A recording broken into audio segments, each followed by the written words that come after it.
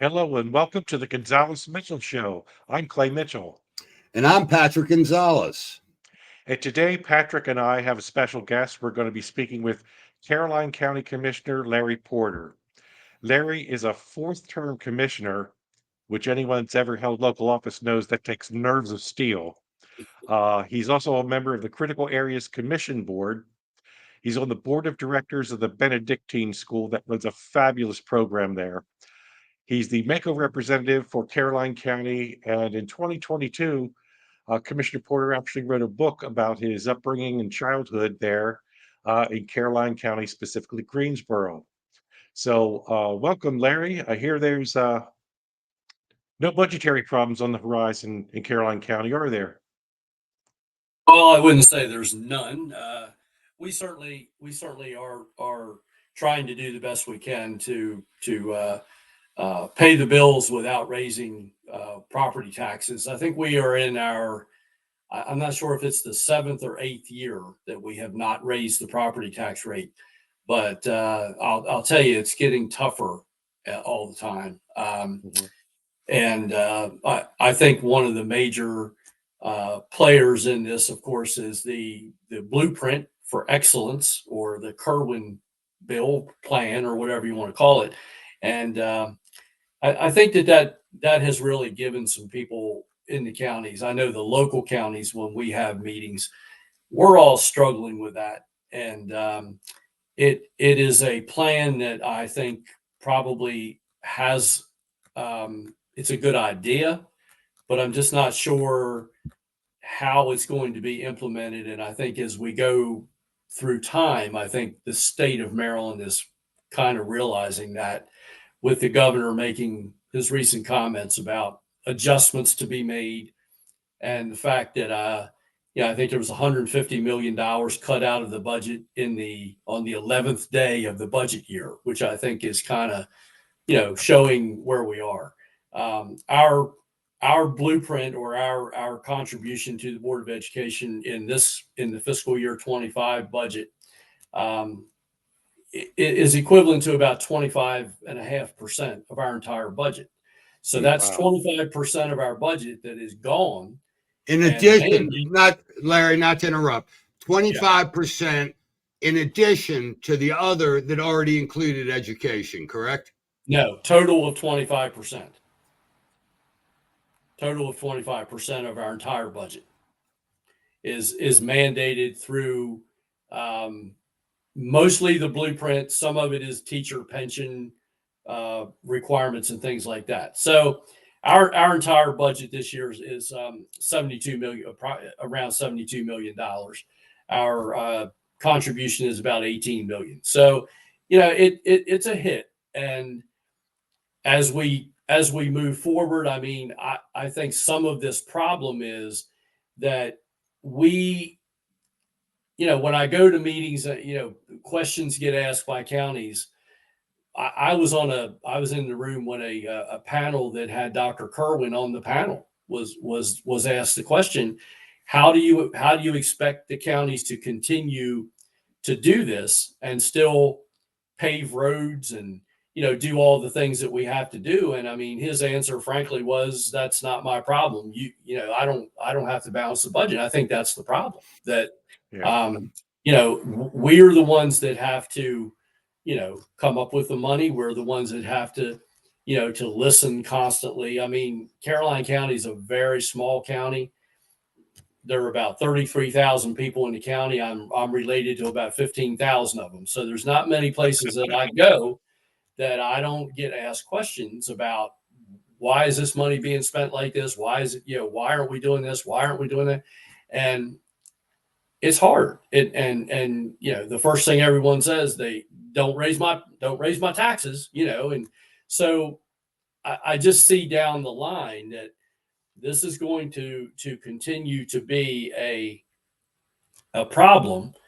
Um, one of the solutions, actually, or not solutions, but one of the ideas that came up at the Mako convention here in the last this month was giving school boards taxing authority.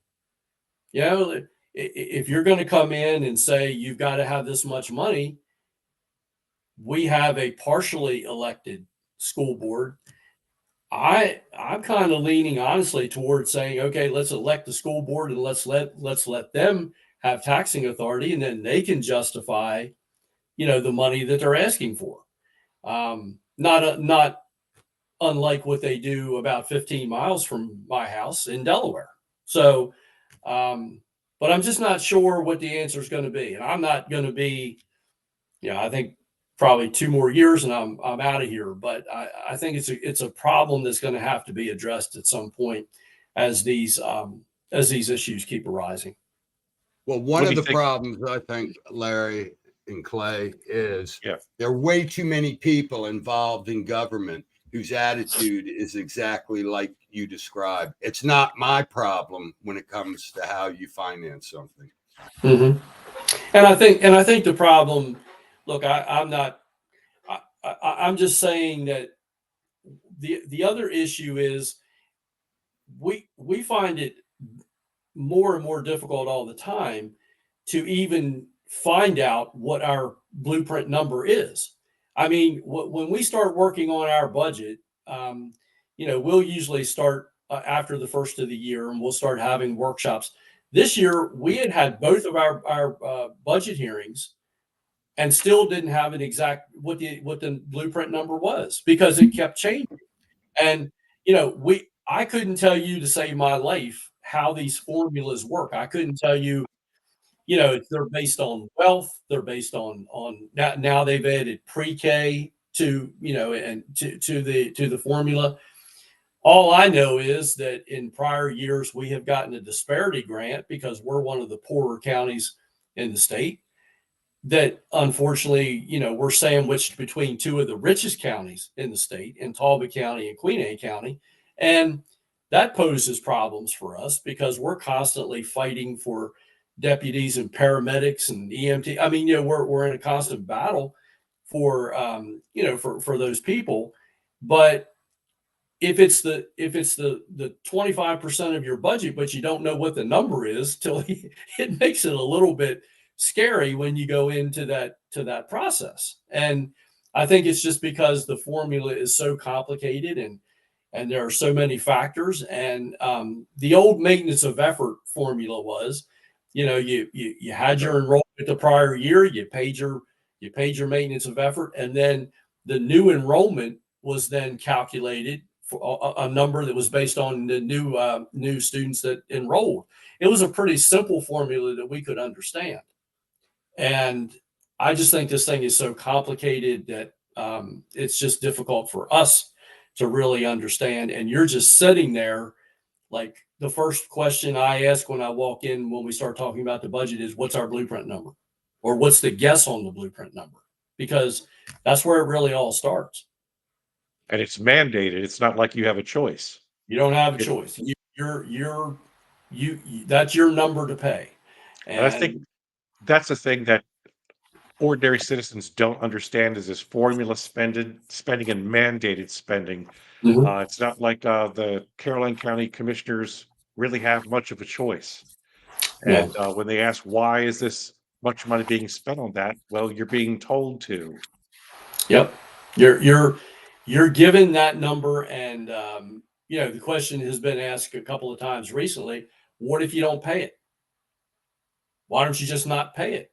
Well, number one, we have a very good working relationship with our Board of Education. We meet with them regularly. Um, I I don't want to see we don't want to see our education system fail or Right. suffer. But I always have this thing about, if I go into a store or I go into Bullock's Deli, and I Hmm. have people ask me a question, I want to have an answer. And I honestly, when I sit there and try to explain this to them, it's difficult because they're like, well, what do you mean you don't know what the number is? Well, what do you mean you don't have anything to do with that? What do you mean you just get told? Well, that's the legislation. That's the way That's this works. nature of the beast. It It really is. is. It is. Uh, So, yeah, go ahead. I was just saying, we spoke a little bit beforehand. You have another issue there in the county. It's called the DAF, your DAF problem.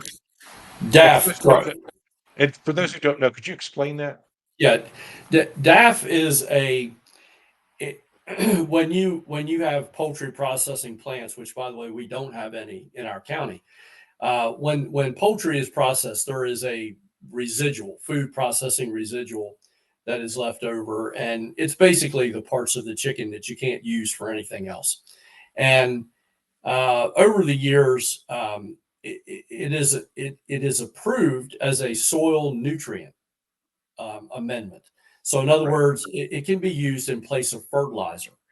And over the years, this has been used on farm fields. There has been odor to it. We've heard off and on, and we usually say, look, that's farming. I can't tell you how many times people who move here call me and want me to come to their house and say, I want you to come to my house and smell this. And I'm like, yeah, that's farming. That's that's The problem we have is that this material is, over the last year has been brought into the county and stored in like in one case a like a 2 million gallon pit. And when you store this material, DAF means dissolved air flotation. What they do is they put this material in a pit and they pump air into it so that the solids rise to the top. So you can imagine if you have this stuff setting out all in the air in the open air, the problems it creates with odor and flies and so on. So we always, we're into this argument all the time. And look, we value the poultry industry. It's certainly a large part of our economy, but we're to the point in the county where we're saying we're not just going to allow you to bring this material in here on tank trucks and dump it. right. And believe it or not, and this is something that I've said the last couple of months, you couldn't put up a 3-ring blow up swimming pool in your yard in the state of Maryland without getting a permit from someone who's going to tell you what's your side setback and rear setback. There were no regulations that governed storage of this material. There are Right. regulations that govern amendment to or application to the fields, but there were no regulations that guided storage. So we have now, there was a bill introduced this in the past legislative session, and we're in the process of adopting our local ordinance.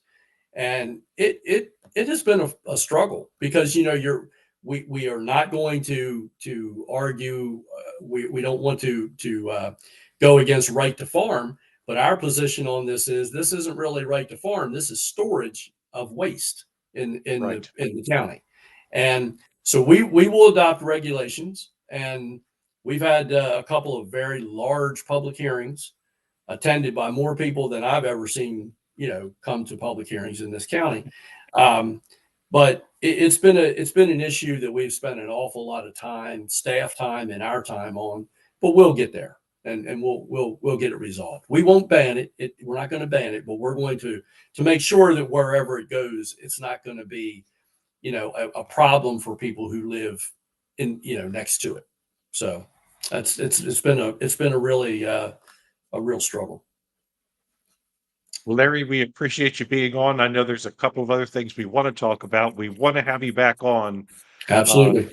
to talk about that. I know there's a solar issue out there that needs to be discussed. We'd love to have you back on and talk about that. That being said, it's time to say goodbye, Patrick. Goodbye, Patrick. Goodbye, Patrick. And we'll see you all next time. Thank you Thank very you, much, Larry. guys. Thank you. Thank you. Thank you.